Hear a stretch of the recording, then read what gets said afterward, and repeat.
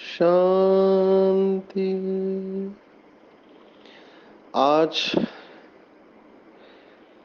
23 जून 2022 भारत में सद्गुरुवार है।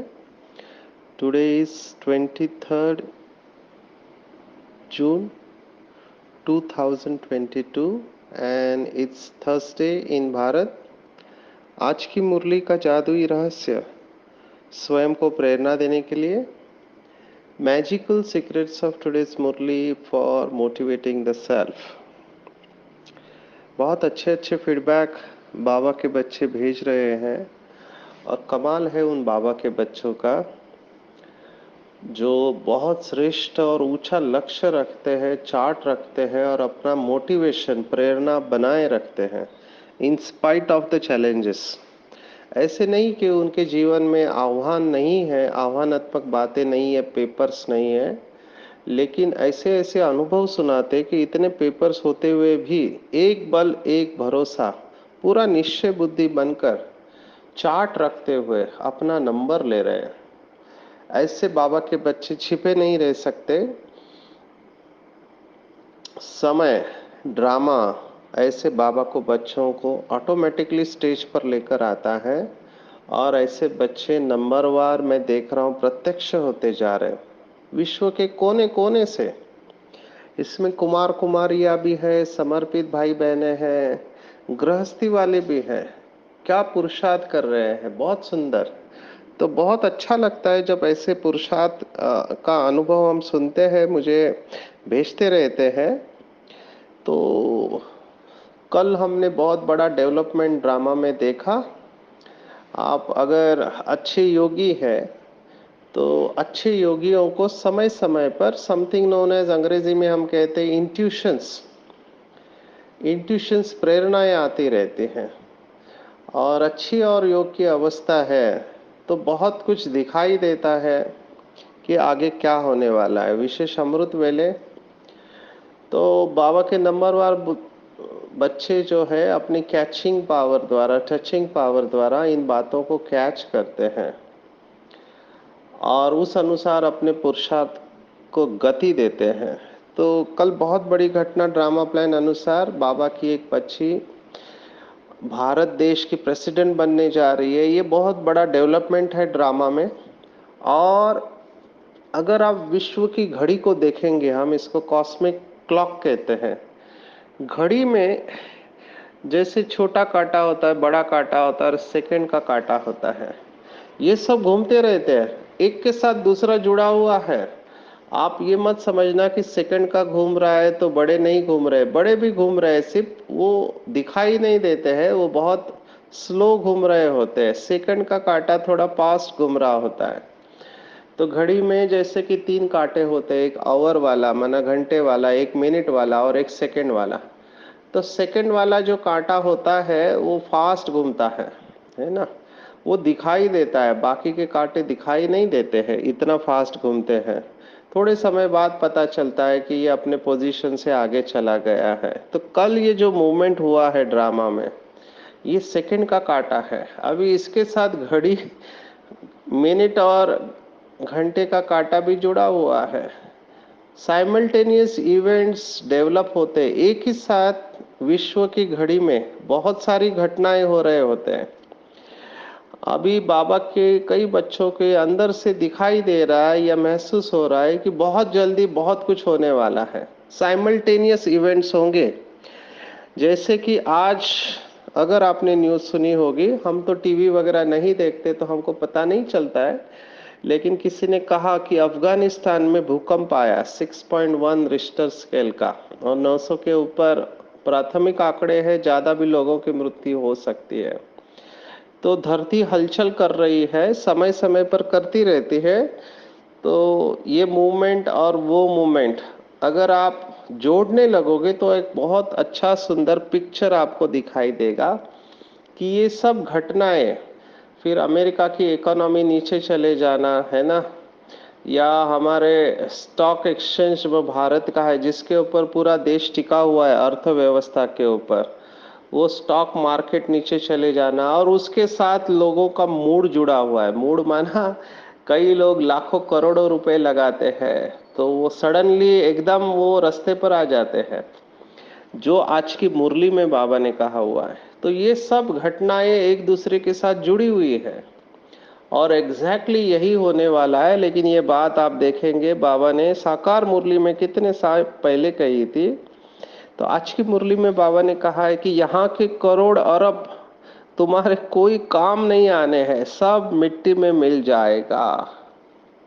एग्जैक्टली हमने ये सिचुएशन देखी जब भारत में नोटबंदी हुआ था, क्योंकि पता चला था गवर्नमेंट को कि ये नोट का काला मना ब्लैक मनी में इस्तेमाल होता है, हाई डिनोमिनेशन माना 500 हजार 2000 के जो भी थे नोट्स।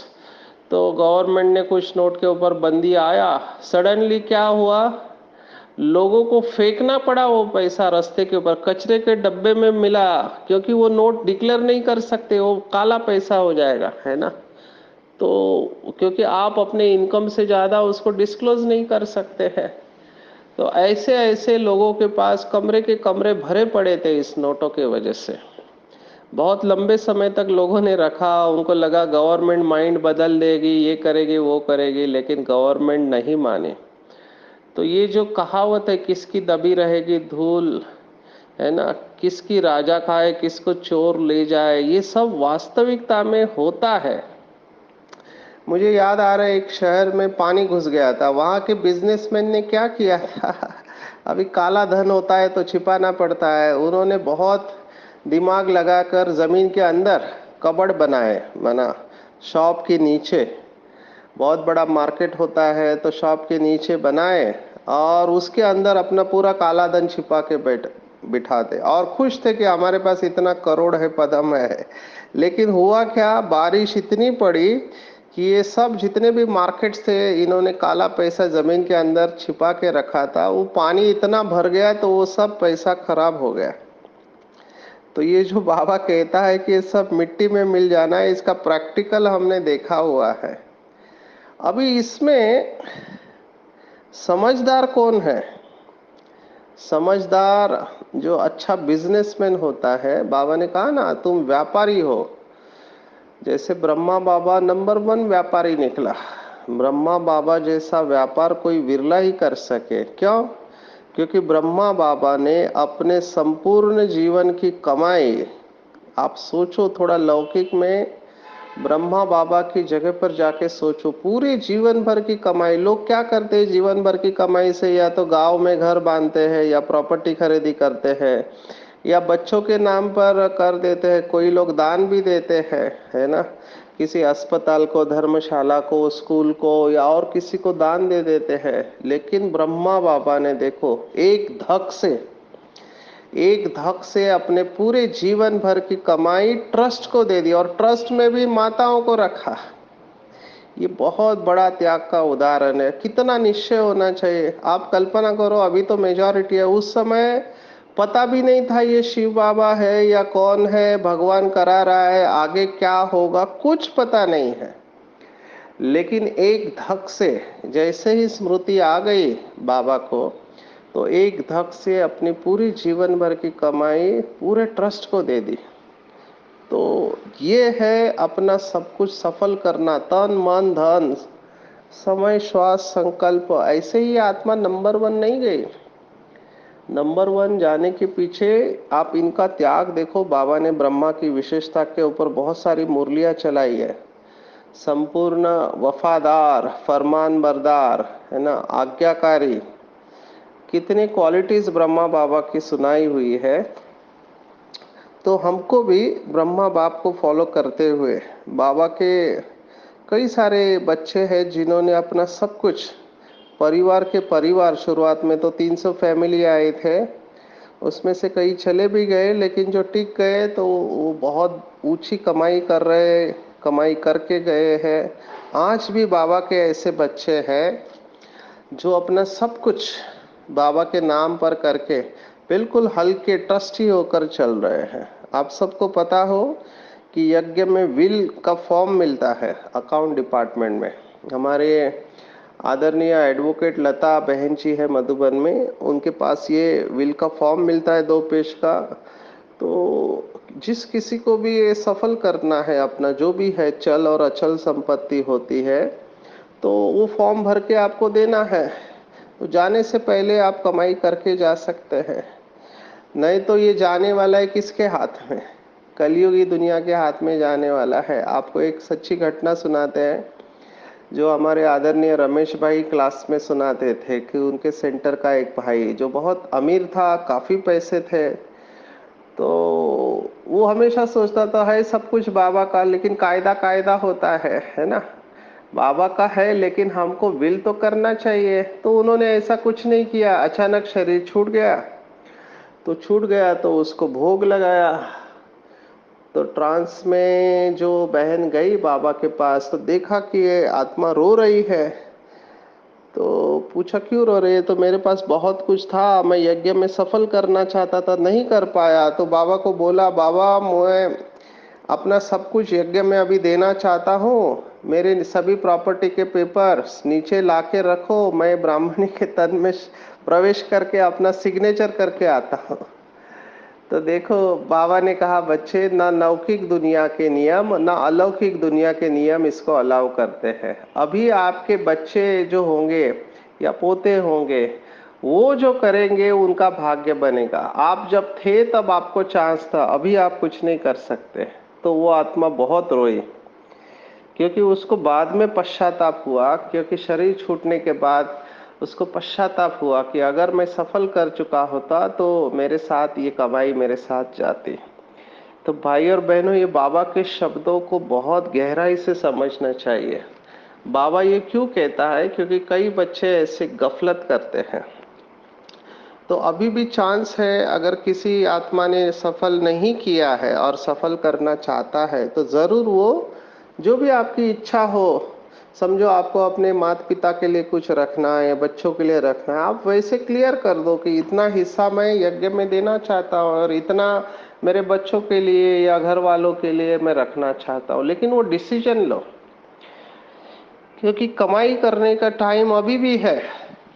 आगे चलकर हम कुछ नहीं कर पाएंगे। मुझे याद आता है जो मैं हमेशा क्लासेस में सुनाता हूँ, मुंबई पर जब टेररिस्ट अटैक हुआ था, ताज होटल में जो घुसे थे टेररिस्ट, तो बहुत फायरिंग चल रही थी और एक ऐसी स्टेज आई थी, आप सब ने अगर टीवी पर देखा होगा कि हेलीकॉप्टर से कमांडोज को ताज के टेरेस पे उतारा गया। तो ताज होटल के नज़दीक ही बाबा का सेंटर है, कुलाबा मुंबई का। तो बहनें खिड़की से देख रही थी कैसे कमांडोज आ रहे हैं। तो बाबा को मैसेज भेजा। रमेश भाई तो अधिकार से बाबा से बात करते थे, क्योंकि इन्होंने साकार में एकदम बाप बच्चे की तरह रहे हैं, है ना। बाबा से सब बातें करते थे। तो अधिकार से बाबा को पूछा कि बाबा ऐसा ऐसा मुंबई में हो रहा है। तो बाबा का जवाब था, बच्चे आप लकी हो अभी, क्योंकि अभी खिड़की तो खोल पा रहे हो, आगे चलकर आप खिड़की भी खोल नहीं पाएंगे। आप सोचो, बाबा का इशारे को समझो, आगे क्या होने वाला है। बाबा ने ये कहा कि आगे चलकर खिड़की भी खोल नहीं पाएंगे। माना कितना खूने नाहक खेल या जो भी होने वाला है हमको नहीं पता, कोविड जैसी या उससे भी कई खतरनाक बीमारियां या लॉ एंड ऑर्डर सिचुएशन, जो भारत का गायन है सिविल वॉर का, वो होगा तो क्या हालत होने वाली है। इसलिए बाबा ने कई बार कहा हुआ है कि 6 महीने का कम से कम अपने पास राशन पानी रखना चाहिए, माचिस की तीली भी रखनी चाहिए, क्योंकि लास्ट मोमेंट पे ये भी नहीं मिलेगी। तो इतना छोटी बातों के ऊपर बाबा ने अटेंशन खिंचवा दिया है। बीच में जब कोविड आया था तब हमको लगा था कि सचमुच में ऐसा होगा क्या, क्योंकि खाने पीने की चीजें भी नहीं मिल रही थी, स्टोर्स का टाइम लिमिटेड था, तो बहुत सारी असुविधा हुई। तो आप सोचो, एक वायरस ने इतना हिला के रख दिया। आप सोचो, जब प्रकृति के पांचों ही तत्व एक साथ वार करेंगे तब क्या होगा? माना एक तरफ भूकंप हो रहा है, दूसरी तरफ आग लगी है, तीसरी तरफ तूफान आ रहा है, बारिश हो रही है। जब ये पांचों ही तत्व वार करेंगे तब क्या हालत होगी? आप थोड़ा कल्पना करके देखो। हम तो वो विजुअलाइज करना भी मुश्किल हो रहा है हमको, पर ब्रह्मा बाबा की जीवन कहानी में आपने पढ़ा होगा कि बाबा ने आखिर में कहना पड़ा, बाबा के आंखों से आंसू आए और बाबा ने कहा बस बंद करो, मैं अब और विनाश नहीं देखना चाहता हूँ। ये हालत स्वयं ब्रह्मा बाबा की हुई थी, क्योंकि उन्होंने वो खूने नाहक खेल अपने तीसरे नेत्र के द्वारा देखा था। तो उनको वैराग्य फटाक करके आ गया कि ये दुनिया जाने वाली है, और उनका वो वैराग्य सदा काल का रहा, आदि से अंत तक रहा। कहाँ वो बाबा की लाइफस्टाइल राजाओं की तरह रहने वाले, और कहाँ एक सादे सफेद धोती कुर्ता में रहने वाले।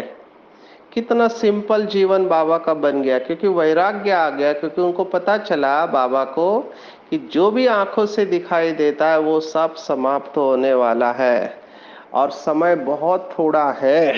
बाबा तो दादियों को हमेशा कहता था क्लासेस में कि बच्चे तुम अगली दिवाली नहीं देखोगे। आप सोचो, दादियों को बाबा ने कितना पुश किया तीव्र पुरुषार्थ के लिए। आपको अगर कहा जाए कि आप अगली दिवाली नहीं देखने वाले हैं, बाबा सामने आकर आपको कहे, तो आप क्या करने वाले हो? 20 नाखून का जोर लगा के पुरुषार्थ करेंगे। और ये बाबा ने दादियों से करवाया है ना। तो हमको भी अभी भले हम लास्ट में आए, पीछे आए कई सारे बाबा के बच्चे, हिम्मत नहीं हारना है। जब से हम बाबा के बने तब से मन वचन कर्म समय श्वास संकल्प तन मन धन से हम कितना सफल कर रहे हैं और कितनी प्यूरिटी को धारण कर रहे हैं, उस आधार पर हमारा उच्च पद बनेगा। तो चांस तो सबको है, क्योंकि भगवान वो आज है। जो बाबा के बच्चे रोज मुरली पढ़ते हैं उनको पता है, बाबा ने कुछ मास पहले बताया था कि 7 दिन वाला बच्चा भी 30 साल वाले से आगे चला जाएगा। अभी भगवान ने कह दिया, माना होने वाला है। तो ऐसा क्या पुरुषार्थ वो करेगा? तो हमने श्रीमद् भगवद गीता में ये देखा हुआ है ना। अर्जुन ने यही प्रश्न पूछा था 6ठे अध्याय में आत्म संयम योग में कि योग भ्रष्ट पुरुष की गति क्या होती है। तो भगवान वो आज है कि वो संस्कार लेके अगले जन्म में फिर से पुरुषार्थ चालू करता है, वो वेस्ट नहीं जाता है पुरुषार्थ। तो ये जो आत्मा है डेफिनेटली इन्होंने पहले बहुत तीव्र पुरुषार्थ करके तैयार है, इनको टच होने की देरी है। जैसे ही ये टच होंगे, ये बहुत तीव्र पुरुषार्थ करके बहुत पुराने भाई बहनों से आगे चले जाएंगे। और ऐसे बाबा के अभी बच्चे दिखाई दे रहे हैं। बहुत खुशी होती है जब ऐसे बाबा के बच्चों से हम मिलते हैं। क्या प्यूरिटी की स्टेज है इन आत्माओं की, कितना पावरफुल योग करते हैं, कितना अटेंशन है बाबा के हर श्रीमत के ऊपर। ऐसे दिखाई देता है कि इनकी नजरों में नशा और निशाना दोनों बातें बिल्कुल स्पष्ट दिखाई देते हैं। और ऐसे बाबा के बच्चे नंबर लेने वाले हैं। उनको खुद को तो महसूस होगा, लेकिन उनके साथ में जो भी बाबा के बच्चे भाई बहने हैं वो सब स्पष्ट अनुभव करेंगे कि ये आत्मा लास्ट सो फास्ट और फास्ट सो फर्स्ट जाने वाले। तो हमको ऐसे सभी बाबा के बच्चों को एनकरेज करना चाहिए, आगे आने के लिए उनका उमंग उत्साह बढ़ाना चाहिए और उनको फुल सपोर्ट देना चाहिए, ना कि इनसे घृणा करनी चाहिए। आज बाबा ने ये बात भी कही हुई है, खास टीचर को ही नहीं, नाम तो टीचर का आया है, लेकिन हम सबके लिए ये बात है कि कोई अगर अच्छा पुरुषार्थ करता है तो उसको उससे ईर्ष्या नहीं करनी चाहिए, उससे प्रेरणा लेनी चाहिए कि ये आत्मा कितनी अच्छी है, ये आत्मा इसकी दिनचर्या कितनी अच्छी है, कितना अटेंशन रखती है, ये कितना मीठे स्वभाव वाली शीतल स्वभाव वाली आत्मा है। उनसे इंस्पिरेशन लेना चाहिए।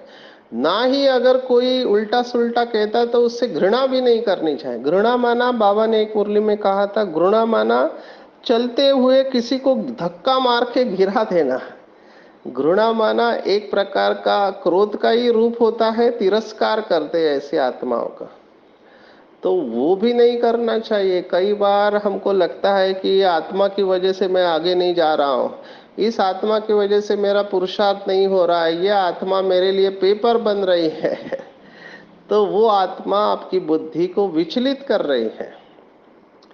तो ऐसे नहीं होना चाहिए। बाबा ने तो स्पष्ट मुरली में कहा हुआ है, मुझे बहुत प्रेरणा देते हैं महावाक्य। बाबा ने मुरली में कहा कि अगर एक आत्मा से भी आपका घृणा है, एक आत्मा से, तो आपका योग लग नहीं सकता। ये बिल्कुल सत्य बात है, क्योंकि जैसे आप योग लगाने जाओगे वो आत्मा आपके सामने आ जाएगी। ये बहुत सटल सूक्ष्म कनेक्शन है, कर्मों की गति बड़ी हुई है। वो निगेटिव एनर्जी जो हमारे द्वारा निकली है वो हमारे लिए ही विघ्न बन रही है। कई बार भगवत गीता का मैं रेफरेंस इसीलिए देता हूँ क्योंकि लौकिक भगवत गीता में भले बाबा कहता है आटे में नमक जितना सत्य है, लेकिन उसके अंदर जो भी प्रिंसिपल आए बहुत पावरफुल है। जैसे छठे अध्याय में 5वां श्लोक है, उद्धरेत आत्मानाम आत्मानाम उस्सादेत, आत्मेव आत्मना बंधु आत्मेव रिपुरात्मना। माना आत्मा को अपना उद्धार खुद ही करना चाहिए, क्योंकि आत्मा अपना ही मित्र है और अपना ही शत्रु है। भगवत गीता स्पष्ट रूप से कहती है कि तुम्हारा शत्रु कोई नहीं है, तुम्हारा शत्रु तुम स्वयं हो। तो जब भी कोई भी देहधारी आत्मा किसी से भी घृणा, तिरस्कार, ईर्ष्या, कुछ भी निगेटिव इमोशंस करती है, तो ये जो इमोशंस है, ये जो भावनाएं कहाँ पैदा होती है? ये हमारे अंदर ही पैदा होती है। तो उसके बीज कहाँ गिरेंगे? हमारे मन की धरनी के ऊपर ही गिरेंगे, बुद्धि की धरनी के ऊपर ही गिरेंगे। उसके पेड़ कहाँ पैदा होंगे? उसका पौधा कहाँ खिलेगा? हमारे मन और बुद्धि के अंदर ही खिलेगा। तो तकलीफ किसको देगा? तकलीफ हमको ही देगा। So please be careful, please understand. बाबा जो कह रहे हैं बहुत डीप बात कह रहे हैं। बाबा तो बहुत प्यार से सुनाते हैं कि हमको किसी से घृणा नहीं करनी चाहिए, लेकिन उसके पीछे भाव ये रहता है कि अगर हम किसी से घृणा, ईर्ष्या या तिरस्कार करते हैं तो हम अपना ही नुकसान कर रहे होते हैं, क्योंकि ये सब इमोशंस आत्मा के ऊपर दाग लगाते जाते हैं, किसी भी विकार से। और बाबा ने तो हमको गहराई में लेके गया है। बाबा की मुरली की गहराई जितना हम समझते जाते हैं और उसको अटेंशन में रखते, उतना पुरुषार्थ में तीव्रता आती है। बाबा ने कहा है कि व्यर्थ संकल्प भी अपवित्रता है। निगेटिव का तो छोड़ो, वो तो बड़ा दाग हो गया, लेकिन व्यर्थ का छोटा दाग भी आपको संपूर्णता की अवस्था से नीचे लेकर आएगा। और बाबा ने यही कहा है कि मैं किसी से घृणा नहीं करता हूँ। क्यों कहा बाबा ने ये कि मैं किसी से घृणा नहीं करता हूँ? क्योंकि हमको भी बाप समान अगर बनना है, हमारा लक्ष्य है कि हम सब बाप समान बने, तो जैसे बाबा के संस्कार वैसे मेरे संस्कार, तो मुझे भी किसी से घृणा नहीं करना है। और अगर मैं करती हूँ घृणा, ईर्ष्या, छोटा भी सूक्ष्म अंश मेरे अंदर है, तब मैं उस समय बाप समान नहीं हूँ, या मैं अपने आप को बाप समान की लिस्ट से माइनस कर रही हूँ। तो चेक करेंगे क्या मेरे अंदर ऐसे कोई संस्कार है, किसी से घृणा, तिरस्कार, ईर्ष्या या रोब। बाबा ने तो इतना अटेंशन दिला है कि सूक्ष्म से सूक्ष्म भी अंश भी नहीं होना चाहिए, क्योंकि अंश से वंश होने में टाइम नहीं लगता है। तो बाबा ने सूक्ष्म विकर्मों के ऊपर भी ध्यान खिंचवाया है। कर्मों की गुह्य गति की जो भी मुरली है, जो हमने श्रीमद् भगवत गीता स्टडी ग्रुप के तीसरे, चौथे और 5वें अध्याय में, विशेष चौथे अध्याय में 17वां श्लोक, उसकी गहराई में हमने देखा है। तो आप उस चैप्टर को फिर से रिवाइज कर सकते हो, उसको ध्यान से सुने कि किसी ने आपके सामने आकर किसी और की, बीके भाई बहन की निंदा की और आपने केवल अच्छा हाँ बोला, तो भी आपका अकाउंट बन गया। इतना ये डीप है ये। इसीलिए कई बाबा के बच्चे कहते हैं कि हम पुरुषार्थ तो बहुत करते हैं, अमृत वेला उठते, मुरली सुनते हैं, ट्रैफिक कंट्रोल करते, सभी नियम और धारणाओं में चलते, फिर भी जितना चाहिए उतना क्यों नहीं होता है? क्योंकि ये सूक्ष्म विकर्म हमको संपूर्ण अवस्था से दूर रखते हैं। तो इन सूक्ष्म विकर्मों के ऊपर बहुत गहराई से अटेंशन देना चाहिए। और आज बाबा ने देखो कितनी बड़ी बात कही, लगातार बाबा कह रहा है कि बच्चे तुम देवताओं से भी ऊंचे हो, देवताओं से भी ऊंचे हो। अगर ये बात आप किसी लौकिक को कह दे तो बोलेंगे इसको बहुत घमंड है अपने ऊपर, अपने आप को देवताओं से भी ऊंच कह रहा है। अगर आप किसी को जाके कहो कि हम श्री कृष्ण, श्री राम और सीता से ऊंची आत्मा है तो कहेंगे ये बहुत ईगो वाला सोल है।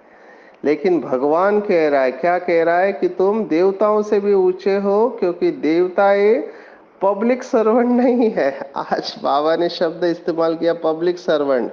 पब्लिक की सेवा नहीं करते देवता है, देवता है तो केवल प्रारब्ध भोगते हैं, है ना। यहाँ जो आपने पुरुषार्थ किया, बैंक में जमा किया, उधर बैठ के खाते हैं। इसलिए हम सेवाधारी ब्राह्मण देवताओं से भी ऊंचे हैं। एकदम नशा चढ़ जाना चाहिए कि मैं देवताओं से भी महान ब्राह्मण कुल भूषण आत्मा हूँ, डायरेक्ट ईश्वरीय संतान हूँ और डायरेक्ट परमात्मा के द्वारा टाइटल धारी आत्मा हूँ। तो इतना अपने आप को नशा चढ़ाना चाहिए कि हम देवताओं से भी ऊंचे और भगवान ने मुझे इस सेवा के लिए चुना हुआ है। तो इसके ऊपर चिंतन करें, सभी अपने आप को इस अवस्था में लेके जाए। और एक विशेष बात, मैनेजमेंट की बात बाबा ने कही हुई है। देखो बाबा तो ज्ञान का सागर है, अलग अलग सब्जेक्ट्स को टच करता है। तो आज बाबा ने टाइम मैनेजमेंट के ऊपर कहा है, टाइम मैनेजमेंट। और जो सबसे बड़े बिजनेसमैन होते हैं, जैसे भारत में अगर आप देखो तो अंबानी है, मुकेश अंबानी, और आजकल अडानी का नाम भी आ रहा है। तो ये लोग सोते हुए रहते हैं, नींद में भी इनकी कमाई हो रही है। हर सेकंड में ये लाखों रुपए कमाते हैं, हर सेकंड में। ये रात को सो रहे हैं लेकिन इनके लिए लाखों लोग हैं जो काम कर रहे होते, तो नींद में भी इनकी कमाई होती है। इनको कहते पक्का बिजनेसमैन। इसको अंग्रेजी में शब्द है फाइनेंशियल फ्रीडम। फाइनेंशियल फ्रीडम क्या होता है?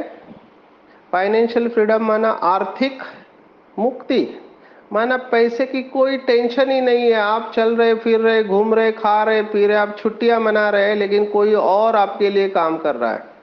उस स्टेज तक हमको पहुंचना है। तो जो बड़े बड़े बिजनेसमैन होता है उनका एक एक सेकंड बहुत वैल्यूएबल होता है। वो थोड़ा भी अपना टाइम वेस्ट नहीं करते हैं, क्योंकि उनको पता है एक सेकंड वेस्ट किया माना लाखों की कमाई गई। तो बाबा कहता है आपसे बड़ा बिजनेसमैन कोई हो नहीं सकता। वो बिजनेसमैन ज्यादा से ज्यादा कितना कमाएंगे, लाख कमाएंगे या करोड़ कमाएंगे, लेकिन हमारी कमाई कितनी है? कदम में पदम है। तो हमारी जैसी कमाई तो कोई कर ही नहीं सकता है।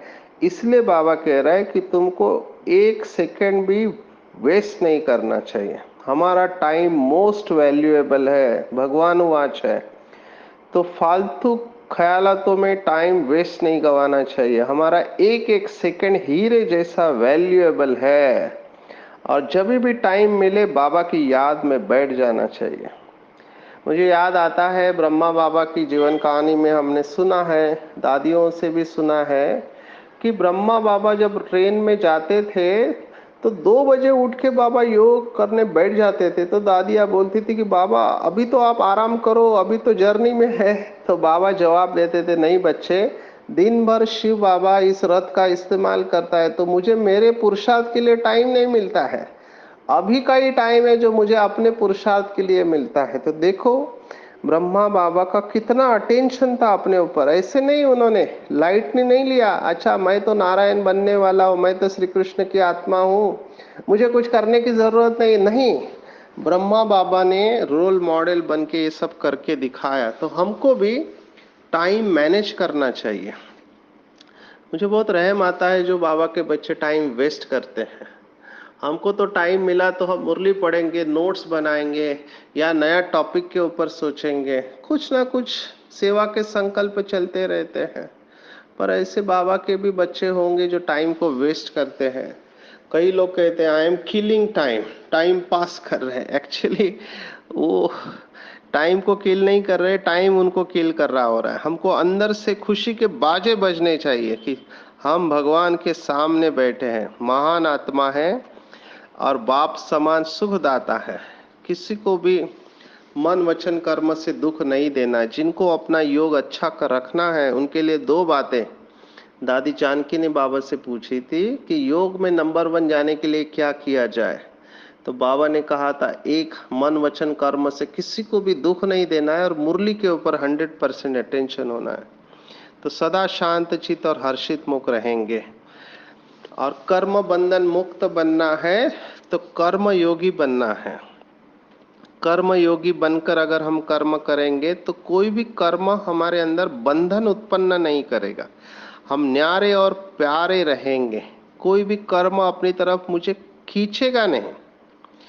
तो ऐसे बाबा के बच्चे श्रेष्ठ मत पर, श्रीमत पर चलकर रूहानी नशे में रहते हैं और बाबा की याद में कर्म करते हैं, मालिक होकर कर्म करते हैं। वो बंधन मुक्त और सदा खुशी का अनुभव करते हैं और इनके कर्मों के द्वारा औरों को भी खुशी मिलती है। और यही अनुभव की हाईएस्ट अथॉरिटी है। इसी को कहते हैं अनुभव की हाईएस्ट अथॉरिटी। तो हम सब बाबा के बच्चे वर्तमान समय की हलचल को देखते हुए अपना सब कुछ ईश्वरीय सेवा में सफल कर दो। अभी भी टाइम नहीं गया है और 20 नाखून का जोर लगाकर अनुभव की अथॉरिटी बने। हर कर्म बाबा की याद में रहते हुए करते हुए बंधन मुक्त, जीवन मुक्त स्थिति का अनुभव करें। तो आज 23 जून 2022, आज की मुरली के ऊपर मेडिटेशन। अपने आप को बिल्कुल हल्का छोड़ देंगे, सिर से लेकर पांव के अंगूठे तक संपूर्ण शरीर बिल्कुल रिलैक्स। Relax, let go. महसूस करेंगे कि मैं इस शरीर के अंदर विराजमान दिव्य प्रकाश हूं। इस शरीर से बिल्कुल अलग हूं, अशरीरी हूं, परमधाम निवासी हूं। ऊंचे ते ऊंचे रचयिता शिव बाबा की संतान, संपूर्ण पवित्र आत्मा हूं।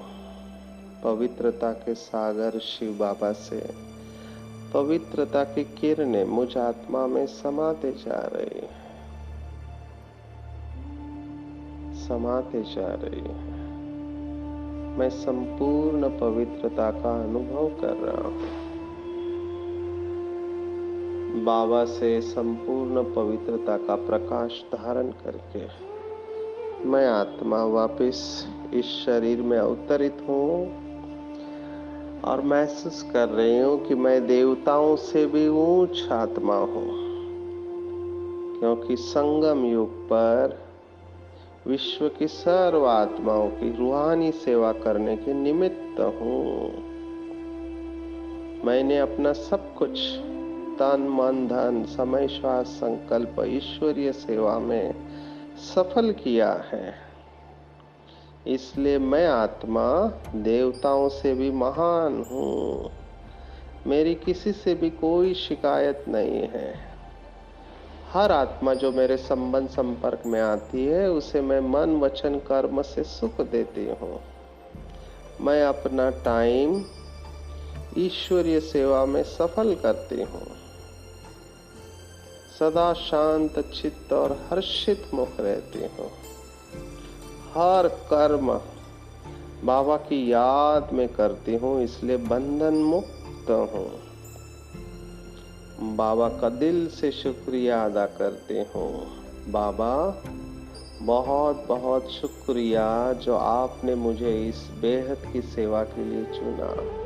आप चाहते तो और किसी को चुन सकते थे, लेकिन आपने मुझे चुना, इसलिए आपका बहुत बहुत शुक्रिया बाबा, शुक्रिया। अच्छा, ओम शांति शांति शांति। सर्वशक्तिवान बाप हमेशा मेरे साथ है। उसने अपना वरदानी हाथ मेरे सिर के ऊपर रखा है और बाप दादा मुझे दृष्टि दे रहे और कह रहे कि बच्चे, तुम जो हो, जैसे हो, मेरे हो। तुमने कल्प कल्प अपना तन मन धन ईश्वरीय सेवा में सफल किया है। तुमने विश्व की रूहानी सेवा की है, इसलिए तुम देवताओं से भी ऊंचे हो। तुम हमेशा अपने समय को सफल करने वाले महान आत्मा हो।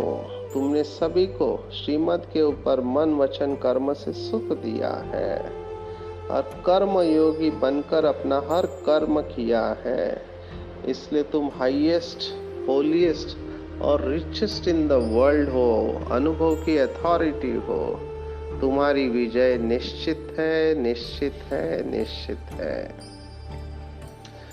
मैं बाबा से वरदान प्राप्त करके बहुत खुश हो रही हूँ। बाबा को दिल से धन्यवाद दे रही हूँ। मेरा बाबा, मीठा बाबा, प्यारा बाबा और दुलारा बाबा, सच्चा बाबा और अच्छा बाबा, दयालु बाबा, कृपालु बाबा, वाह बाबा, शुक्रिया बाबा, शुक्रिया। अच्छा, ओम शांति।